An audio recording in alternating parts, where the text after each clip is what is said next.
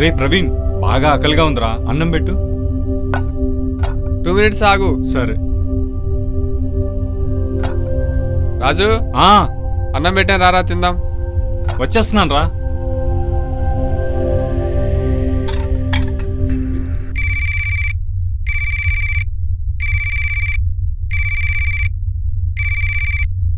Hello, చెప్పరా.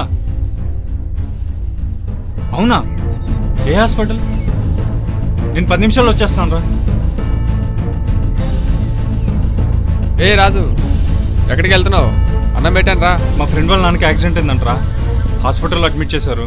Blood కావాలంట, నేను వెళ్ళి ఇచ్చేసి వస్తాను. అన్నం తినాలిరా. అంత టైం లేదురా. నేను రానా? పర్లేదులేరా.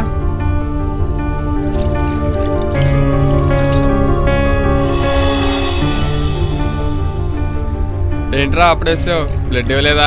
ఇచ్చాను రా, ఆయన బాగానే ఉన్నారు. అవునా?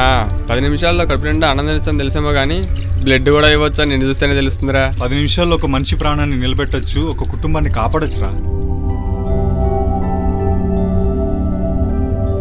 అవును, ఎందుకు ఆయాసపడుతున్నావు? బ్లడ్ ఇచ్చినందుకా? కాదురా, మెట్లెక్కినందుకు. ఎందుకురా ఈ రక్తదానాలు, రక్తాలు ఇవ్వడాలు? ఒక మనిషిగా సాటి మనిషిని కాపాడుకోవడం కోసం రా. ఇలా బ్లడ్ ఇచ్చేస్తే మరి నీ పరిస్థితి ఏంట్రా? అవును, నువ్వు దేవుడి దగ్గరికి వెళ్ళినప్పుడు గుండు చేపించుకుంటావు కదా. అవును.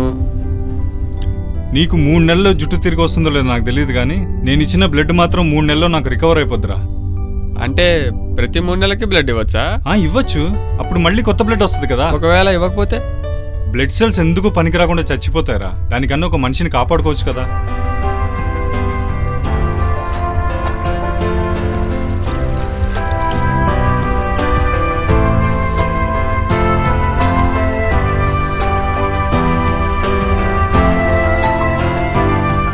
రే, రక్తదానం అంత గొప్పదా?